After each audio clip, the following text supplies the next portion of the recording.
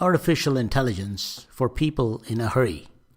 The easiest way to think about artificial intelligence is in the context of a human. After all, humans are the most intelligent creatures we know of. AI is a broad branch of computer science. The goal of AI is to create systems that can function intelligently and independently. Humans can speak and listen to communicate through language. This is the field of speech recognition. Much of speech recognition is statistically based, hence it's called statistical learning. Humans can write and read text in a language. This is the field of NLP, or natural language processing. Humans can see with their eyes and process what they see. This is the field of computer vision. Computer vision falls under the symbolic way for computers to process information.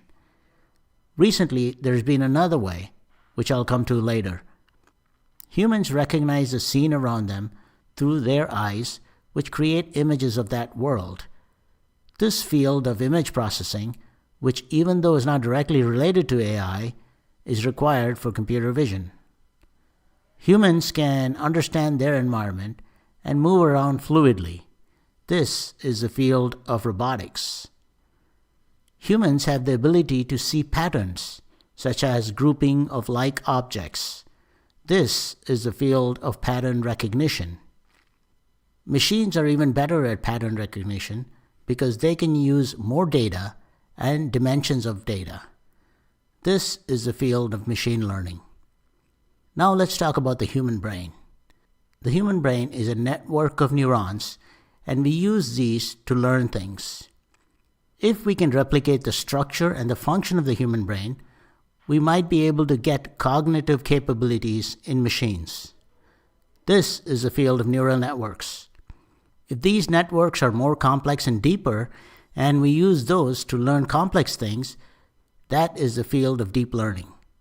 There are different types of deep learning in machines, which are essentially different techniques to replicate what the human brain does. If we get the network to scan images from left to right, top to bottom, it's a convolution neural network. A CNN is used to recognize objects in a scene. This is how computer vision fits in, and object recognition is accomplished through AI. Humans can remember the past, like what you had for dinner last night. Well, at least most of you. We can get a neural network to remember a limited past. This is a recurrent neural network.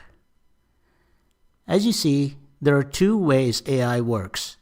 One is symbolic based and another is data based. For the database side, called machine learning, we need to feed the machine lots of data before it can learn. For example, if you had lots of data for sales versus advertising spend, you can plot that data to see some kind of a pattern. If the machine can learn this pattern, then it can make predictions based on what it has learned. While 1 or 2 or even 3 dimensions is easy for humans to understand and learn, machines can learn in many more dimensions, like even 100 or thousands. That's why machines can look at lots of high-dimensional data and determine patterns. Once it learns these patterns, it can make predictions that humans can't even come close to. We can use all these machine learning techniques to do one of two things: classification or prediction. As an example, when you use some information about customers to assign new customers to a group, like young adults, then you are classifying that customer. If you use data to predict if they're likely to defect to a competitor, then you're making a prediction. There's another way to think about learning algorithms used for AI. If you train an algorithm with data that also contains the answer, then it's called supervised learning. For example, when you train a machine to recognize your friends by name, you'll need to identify them for the computer. If you train an algorithm with data where you want the machine to figure out the patterns, then it's unsupervised learning. For example, you might want to feed the data about celestial objects in the universe and expect the machine to come up with patterns in that data by itself. If you give any algorithm a goal and expect the machine, through trial and error, to achieve that goal, then it's called reinforcement learning. A robot's attempt to climb over the wall until it succeeds is an example of that.